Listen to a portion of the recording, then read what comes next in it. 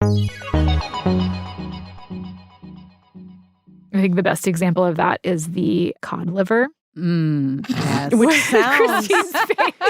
sounds delicious. It actually sounds like a punishment, but I did read the guide, and it's supposed to be like the foie gras of the sea, right? Yes, and I think we were all quite pleasantly surprised by how much we like it. I'm Christine Cyr-Clisette. I'm Kyra Blackwell, and you're listening to The Wirecutter Show.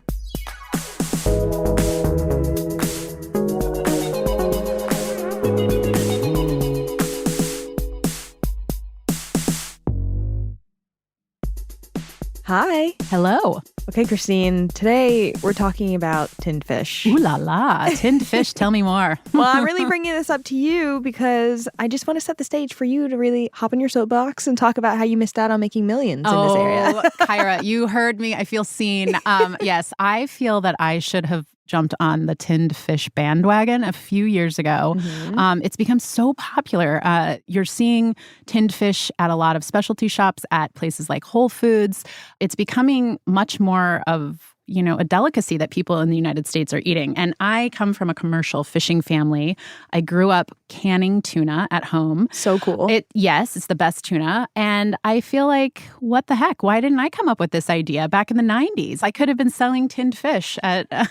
But to be fair, you probably had no idea that it would become like this luxurious item. I did. I did study abroad. I spent a lot of time in Spain. So I did know that parts of the world really appreciate tinned fish. Yeah. But it really hasn't caught up in the United States until recently. Just the last few years, honestly. Yeah. So I'm excited to talk with someone who knows a lot about tinned fish here at Wirecutter.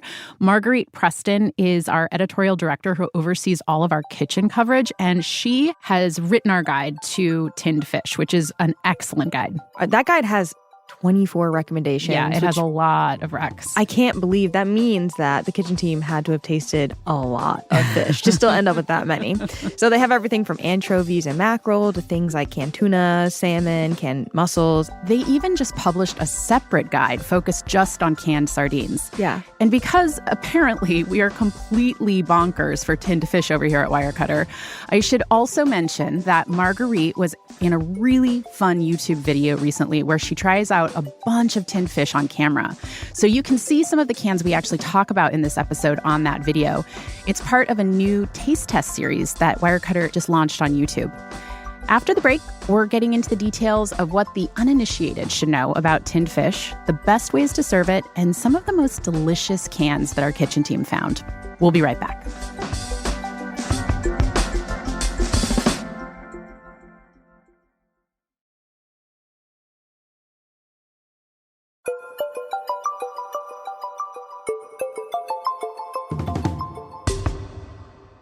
Welcome back. With us now is Marguerite Preston, who's an editorial director overseeing our kitchen team. She's had her hand in nearly all of our kitchen guides, and for our tinned fish guide, she tested over 100 cans of tinned fish to figure out which ones are actually delicious, exciting, or worth gifting. Welcome to the show, Marguerite. Thank you. Thank you for having me. I am going to just start this episode with a total diatribe of how mad I am that I did not create a tinned fish empire, because there seem to be all of these amazing little companies that have cropped up over the last few years. Why has the popularity of these just exploded recently? I mean, first of all, I should say the popularity has exploded in America. Yeah, mm-hmm. Yeah. Many other countries across the world, the popularity never went away. It's been a big part of the culture to go to a bar in Spain or Portugal and just get tinned fish with your drink, and that's it. But in America, I can only theorize. I don't have any clear answers. But I think it sort of started picking up steam in the pandemic, and I think you could theorize away about the sort of sudden coveting of canned goods that happened early in the pandemic. But I do think there's probably a little element of that where people suddenly were like, oh, it's nice to have shelf-stable things. There's also, I think, the sort of social media aspect of it where a lot of these fancy tinned fish just look really beautiful. They come in really beautiful packages. You open them up even, and they're these beautiful little silver jewels in a container. TikTok, honestly, probably did a lot for kind of popularizing tinned fish at a time when we were at home and kind of like looking for entertainment. And, I think there are a number of companies in the United States really capitalized on that.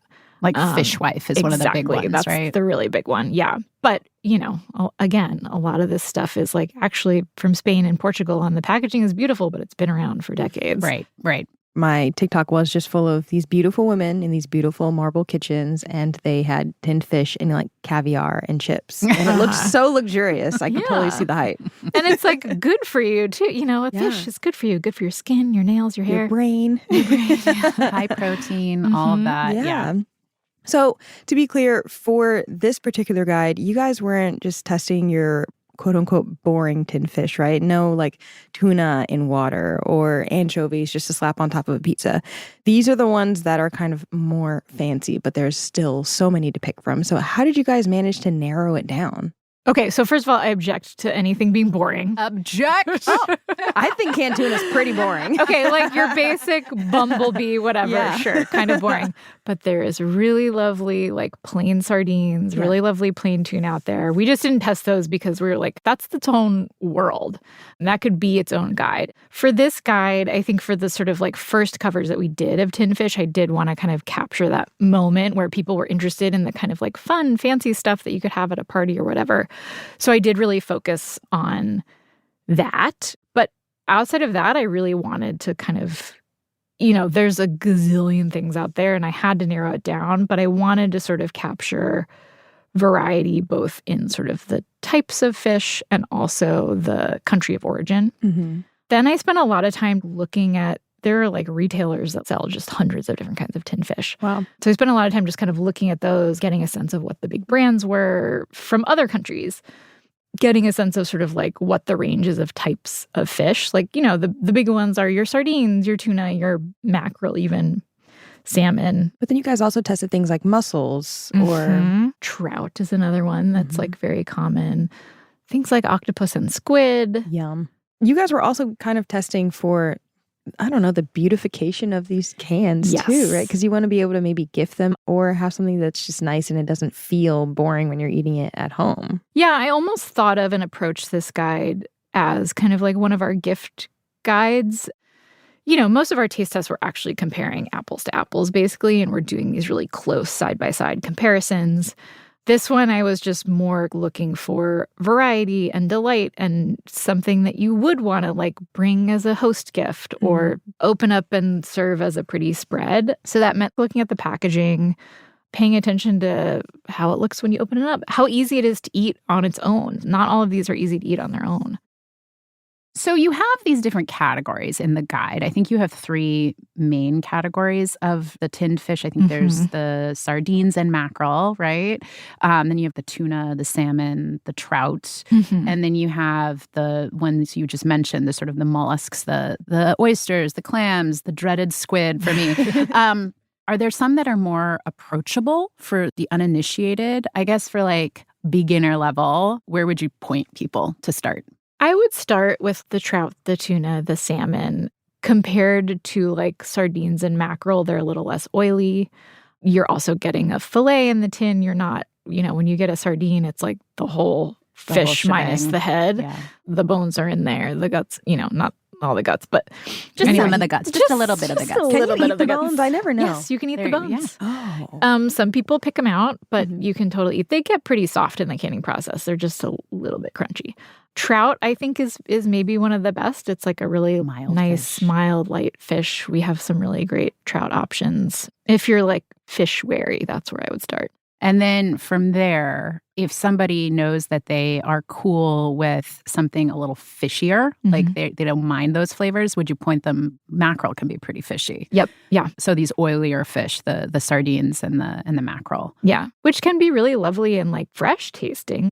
And then kind of like the mussels and the octopus and stuff like that can be more texturally challenging, I think, to people and visually challenging. Is it fair to say that if you have a hard time with the texture of mussels or oysters fresh, you might not like them canned? Yeah. It's a different texture, but some might even describe it as worse. Like chewier? Clams can be a little chewy in the can, but it is like this, creature with this one really does have all its organs inside of it. Like it's a funny bite.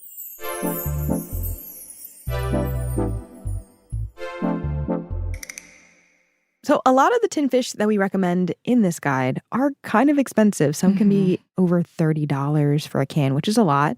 You also recommend a few that are more like in the $6 range, which to me still sounds like a lot for canned fish. Can you explain why these options are so expensive? I think they're more expensive for all the sort of usual reasons that food can be more expensive. Like there's the quality of the ingredients, like it's high quality fish.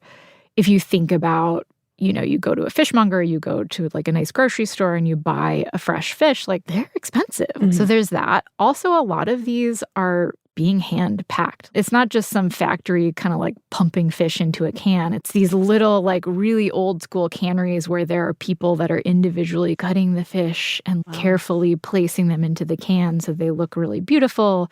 You can look this up. There's like really cool videos on YouTube of like really old school like Portuguese factories or whatever that are doing this, where they're even like wrapping it in paper by hand. Like it's, so all of that manual labor adds to the cost too. And these are also like smaller production, it's like not like they're producing hundreds of thousands of these. Yeah. And I should say too, like I definitely like thought about price in these recommendations, but I didn't weight it so heavily again because they're like gifty. It's a special occasion thing. It's not like you're buying this for your lunch every day. We're going to talk a lot more about some of the recommendations, which are really for eating straight out of the can or, these kind of elevated options. In the guide, you also have some recommendations for tinned fish that didn't quite make it to that level, but that were good for cooking. What's the dividing line between tinned fish that's good for integrating into a recipe versus something that is great for serving as an appetizer or just on its own? Partially, it's just a vibe. Plenty of the things that you could serve on your own would also be delicious in a recipe, like especially the simpler sardines or something like in a pasta would be lovely. But I think what it came down to for us was, could I open up this tin at a dinner party and put it on the table and people would eat it? Or would I have to like add a bunch of stuff to it to make it kind of appealing for the average person to eat? So like some examples from the cooking category were like this smoked herring from a company in Alaska, Wild Fish Cannery, which was really delicious, had a very strong smoke flavor. It was very salty. It was just like strong flavors. And the flavors were delicious, but on their own, they were a little overpowering. It was just like a little too much. Like you kind of needed to, it would have been really incredible if you had made it into like a dip, mixed it with some mayonnaise, sour cream, herbs, lemon, etc. Same with like you can buy like tinned cod. And what we found was most of the tinned cod that we bought was actually salt cod. And again, it was like a very salty. Sounds good. Some people I think liked some of them okay, but like to me it was just like not something you could really eat on its own. But again, would be delicious if you could cook it into a dish, like mix it with potatoes or something like that. I have seen these videos again that I mentioned on TikTok of these people putting their tinned fish and they're making these gorgeous spreads to go with it. Sometimes somebody will be like, oh, I'll just put like a bump of caviar to top it off. That's not realistic for me. So do you have any like quote unquote recipes for people who do want to make a meal out of it? Maybe they don't want to cook a whole pasta dish, but they might have like a thin cracker of some sort, maybe something to garnish it. Do you have anything like that? Yeah, so I think the main thing you want is just kind of like flavor and textural contrast. So like the fish, because they're canned, even if it's like a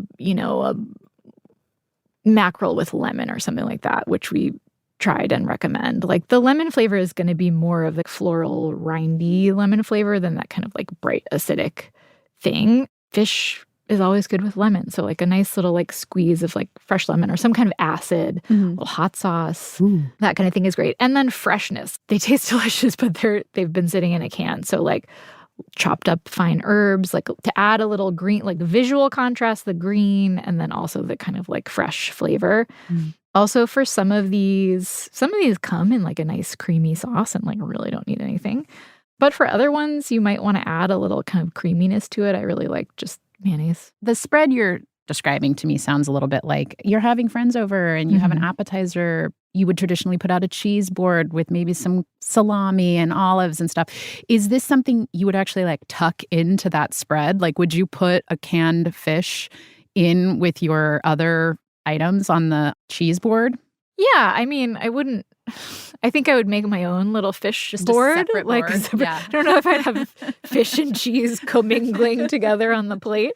But yeah, and it can be really nice. Again, the acidic tart things. So like some nice pickled peppers or olives, a few different open tins of fish, plus that, plus some lemon wedges, plus crackers, like some nice like crunch to offset the fish. And are you serving them directly in the cans or are you decanting them into something else? It depends. I did look for ones that you could serve right out of the cans. And a lot of them look really beautiful, at least when you first open it. As soon as you dig in, it's going to start to not look as beautiful. But some of them are really stunning when you open them up. There are some that I would not serve out of the can because it's just a little too much visually. I think the best example of that is the cod liver. Yes. Which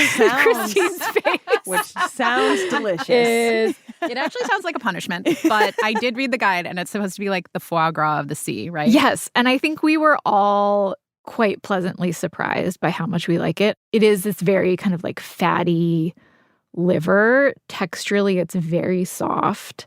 It looks god-awful. When you open the can. But the flavor, like I would describe the flavor as like anchovies and butter. Like it's this salty, very savory, fishy flavor. It's a very clean flavor. Highly recommend it. But if you put a little on toast, you do a little squeeze of lemon, you chop some herbs. The herbs kind of cover up whatever kind of funky looks there are. The nightmare going on underneath would be a there. really beautiful appetizer. Yeah. I am picturing the spread I'm going to make, but I'm curious, what kind of crackers do you serve with tinned fish? Because I would imagine you wouldn't want to go too crunchy. I would probably want to go lowbrow and do a saltine. But is that okay? Is that okay, Marguerite? Yes. I say yes. That's what we had in our tasting. I think a saltine is great because it has a certain level of like salt, but it's pretty bland. But you could also do like I'm imagining kind of like a long, thin, delicate, flatbready type thing. Yeah. But also bread. Mm-hmm. Just some nice sliced bread. Some of these that come with these really lovely sauces that you actually might want to mop up with the bread a little bit. I love that. Okay, so if you're a beginner and you're not really sure if you're really into the whole tinned fish thing, you should probably start out with something that's mild, like a tuna or a salmon or a trout. Mm-hmm. And then if you think you know that you like this, then you can dive into the deep end and go for something more experienced, like a mackerel is more oily, might be fishier, might be a little bit more pungent, or a sardine. And then if you want to kind of make a little meal out of it, make a spread for a party or just for yourself when you're dressing up girl dinner at night, you can add an acid like lemon always goes great with fish, or a fat or a cream like creme fraiche, or mayonnaise even, which I can't.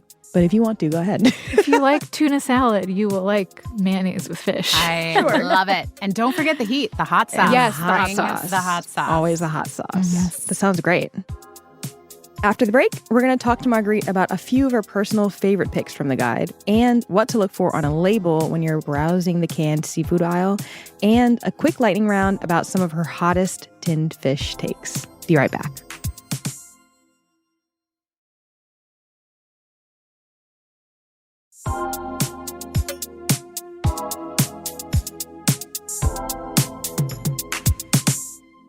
Welcome back. Marguerite, before the break, you told us how you test tinned fish, and we talked a little bit about how to serve these things. But now we want to talk about some of the recommendations, because you have 24 recommendations in this guide. So I am curious if you could just maybe pick the top 4 for you. What are your favorites from this guide? It's so hard because I could start listing and then just eventually list like all 24 of them.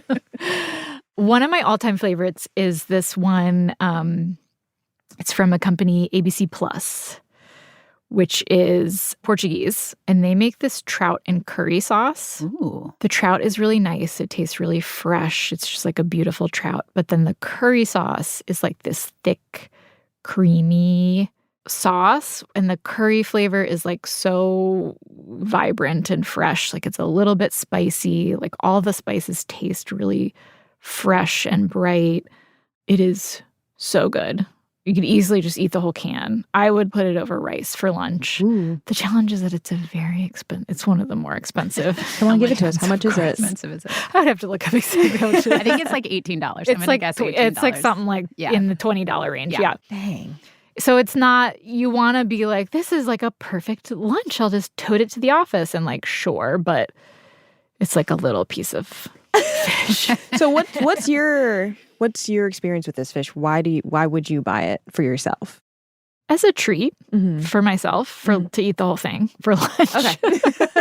But yeah, like at a party, I think it's also like it is a good sort of entry level one because the trout is mild and fresh, and also because the curry flavor does so much. You know, if you like curry, even if you're not a big fish person, like this would be really delicious. So it's good for a party. It's kind of a crowd pleaser. Another favorite that is also a crowd pleaser is the smoked mackerel with chili flakes from Fishwife. Ooh. We tested a lot of Fishwife's fish, and this was, I think, sort of far and away the consensus favorite. And really like one of the sort of consensus favorites of the whole tasting. The smoke on the mackerel, it's pretty heavily smoked. Like you open the can and it's this beautiful kind of like dark burnished brown color. The smoke flavor is really nice. It's balanced and woody. What we found with some of these fish is that the smoke flavor can taste a little kind of acrid or artificial on some of them. And this was not the case at all, but it's very smoky and then has a little bit of spice. They also kind of do it in this sauce that's garlic, sugar, olive oil. So like the sugar and the garlic kind of add a little extra, they really round out the flavor. So that's another one that's just like really, really delicious. Could eat it on its own, could eat it over rice, on a cracker. Like it's great. Let's see. Oh my gosh, this is so hard to do just for. You're halfway there. I'm going to say it, the cod liver. Like, Okay. That makes sense, though, because you have a very refined palate. Well, so this would be Kyra. your top four. It's just really, it's different and it's really special. The one that we liked is from this brand Minnow, which is, they're one of these newer companies. It's American. They're actually based in Brooklyn. It's like a restaurant group, actually, that makes them. But they're sourcing their fish from elsewhere. So I think their cod liver is from, I'm like actually looking at the box. It's from Iceland. And it's just the cod, but it's really, anchovies and butter, which is like a thing that I love. That's what it tastes like to me. Sounds great. How expensive is the cod liver? It's $10. That is not that bad. That's not that bad. When we're talking about all of these very fancy cans, maybe our view is skewed now since we know that they go up past 30, but $10 doesn't seem so bad. Yeah, and it's the kind of thing where a little goes a long way. Like that one, I probably could eat the whole can. I don't know that I would eat. It's like, it's a very rich thing. So you'd get a lot of mileage out of it. Let's see. What is my number 4? Oh, I gotta say, and I'm really kind of like leaning on the American brands here, which we tasted so many and there's so many like cool and interesting things. But Wild Fish Cannery, they make a bunch of stuff now, but they make smoked salmon. And it is just so incredibly beautiful and good. They're beautifully smoked. Again, you can open it up and it's like this beautiful kind of glossy brown color on top. The flavor and the texture is just really buttery and meaty. You know, I think some of the tinned smoked fish we tried was kind of dry, or like some of the salmon was maybe a little mushier, or like you kind of like had more water in it. This is just like, I don't know, it's like just like dense and buttery and meaty in a really amazing way. And the smoke flavor is like really just real. Like it tastes like being in the woods or something. I would put all 4 of those on the table, and maybe I will. Maybe I will try those all together. Including the cod liver? I'm going to do it. Okay. Yeah, it right. sounds delicious. Does sound good. If someone they're looking at our guide, they're like, I don't have any of these things available locally. I don't want to buy anything online. I just want to go to my local store and buy something. If you're just walking down a grocery aisle, Is there anything on the label that indicates quality? It sounds like you had to just sort of do a lot of trial and error to find the things that you thought were good. Mm-hmm. Can someone out in the wild be educated in terms of how they're shopping? Like, are you looking for country of origin? Are there certain things on the label that they should be looking for? Yeah. And the country of origin thing is really tough. I don't think it really tells you a ton. I mean, there's so many countries with traditions of canning fish, and they can all do it well, that it doesn't necessarily tell you much. And the ones I tested for this guide are from everywhere from China to Norway to Alaska. There are also sustainability certifications that you can look for. And if you care about that, that's something you might want to look out for. There's the MSC, which is the Marine Stewardship Council. And then there's the ASC, which is the Aquaculture Steward. It's the equivalent for farmed fish. What we found in the sardine testing was that those really didn't correlate at all to like actual flavor quality. Right. It's more about your sort of ethics around what you're eating versus the quality of what's in the can. Yeah. I think the one thing actually is oil versus water. Is it packed in oil or is it packed in water? Yeah, that leads directly into my next question. Because I'm always looking at those labels when I'm just buying my regular canned tuna. I'm like, do I have to care about this? Does it make a difference? If you were to ask me, or if you were to ask experts, oil is better. Because it better preserves the shape and texture of the fish. And also, I think, better preserves the flavor and the mouthfeel. Fat is generally better than not fat. Yeah. So for all of the reasons that like toast is better with butter, like, it's just fish is better choice. with oil. Like it just makes it a little more unctuous, a little more tender. So back to my question around shopping for tinned fish. We've got links in our guide to all of the recommendations. Let's say you don't have a grocery store that has a lot of these tinned fishes. You want to try them out. Are there online sources? What are some of those that you would recommend people go to if they want to kind of peruse and also maybe capture ordering a number of things from the same retailer so you're not paying for shipping from a bunch of different places? Yes. One of the big ones is Rainbow Tomatoes Garden. They carry the widest selection of tinned fish of any retailer in the world. They just have a ton of stuff. They do a good job, too, of kind of describing what the fish are like and all that stuff. So that's a good source. Another good source is Caputo's, it actually does have retail stores in Utah. It's like a gourmet grocery, but they have a big online store, and they are actually the importer for a lot of mostly European brands. So they carry a huge range, and they also do a very good job of describing, like, what is the deal with this company, and like, what does this taste like, and, what could you pair it with, that kind of thing. Another one that I like, that it's like a smaller retailer, and they have a smaller selection, but could be a good option if you want to try like a subscription, which there are subscriptions out there where you can get a box of a few different tinned fish once a month, which is a good way to kind of explore and try new stuff. There are a few options out there. One that I've tried is Lata, which is a pretty small company. They, again, do mostly kind of Western European fish. I think the founders are Spanish. The thing I like about them is that even though the selection is small, part of the reason the selection is small is because it's curated. I spoke to one of the founders for the guide, and he said that they sort of like, they taste everything themselves and they kind of decide what they want to carry. And often it's just like a couple things from any given brand. So that's good, but I think especially good if you want to kind of try the subscription. Marguerite, we want to get a lightning round in here. We're going to ask you a series of questions about the type of tinned fish you would serve, particularly the recommendation from our guide. And we want you to answer lickety-split real quick. Don't overthink it. So I will start. What's the best beginner-friendly tin for someone who's nervous about tinned fish? I think actually the Fishwife smoked mackerel, but also Minnow makes a smoked trout that is really lovely. I think it actually kind of tastes like bacon. Okay. If someone only buys one fancy tin this year, which one should it be? Ramon Peña is a Spanish brand. Everything we have tried from them is really incredible and delicious. It's definitely fancier. It's like old school.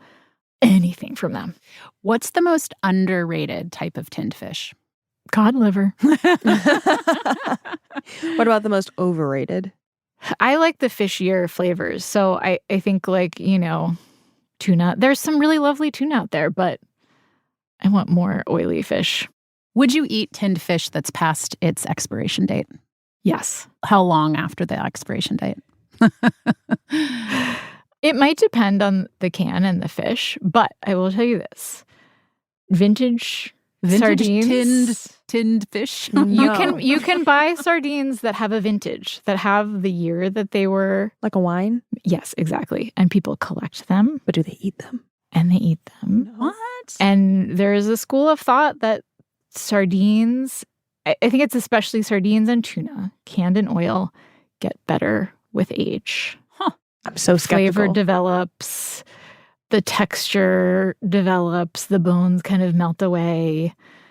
It's a thing. And you can go online and you can buy like a collection of like vintages of different sardines from 2020, sardines from That is so 2018. niche. But are we okay if it's like sardines from 1996 or from 1940? Like, how far back can you go? That's a good question. I have to do a little more research there into how Just far back ash we when go, you open it up. It's just mush. Dust. All right, we're down to our final question. What's the last thing you bought that you've really loved? Okay, this is a very recent purchase. It's also a big purchase. But I just bought a cargo e-bike. Ah. So I should back up and say I really rely on biking around Brooklyn. It's how I get my kid everywhere. But I recently moved, and where I moved is both farther away from school and at the bottom of a very big hill. Uh-huh. And my son is 4.5 and I am 6 months pregnant. So I don't really want to bike him up the hill every day anymore. And then we found this secondhand rad runner that's in very good condition for $500. Ooh, Oh, nice. That's a great price. It's like a $1,500 bike. Yeah. Wow. Yeah. Well, Marguerite, it was so lovely to talk tinned fish with you, and maybe we'll get to taste some with you sometime soon. Yeah, I would love that. Thank you. Thanks. Thanks for having me.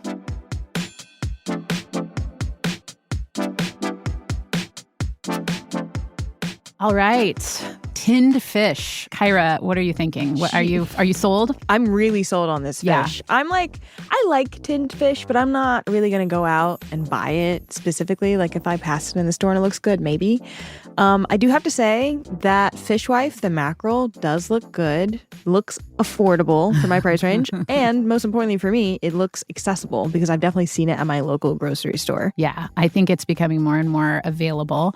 I am feeling pretty pumped and inspired to do some kind of appetizer fish board at my next gathering. And so I'm going to think about all the flavors, and I'll probably focus on some of the more approachable options that Marguerite talked about and steer clear of the oilier like mackerel and sardines to start with, just to as a nice entry point. But I'm excited to try. If listeners have any questions about any of the recommendations we talked about today, we have all of those recommendations in our show notes, and we'll have a link to our tinned fish guide. That's it for us this week. Thanks so much for listening. Bye. Bye.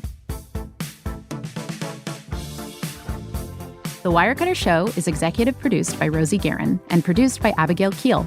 Engineering support from Maddie Mazziello and Nick Pittman. Today's episode was mixed by Katherine Anderson.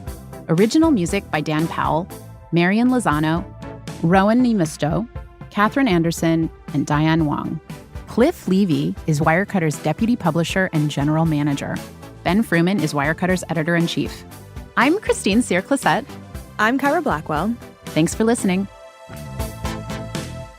Yeah, mayonnaise on a cracker. I mean, it's our dividing line. Yeah. We've had so many debates about mayonnaise. I'm like, I don't want to eat it where I can taste it. oh my gosh.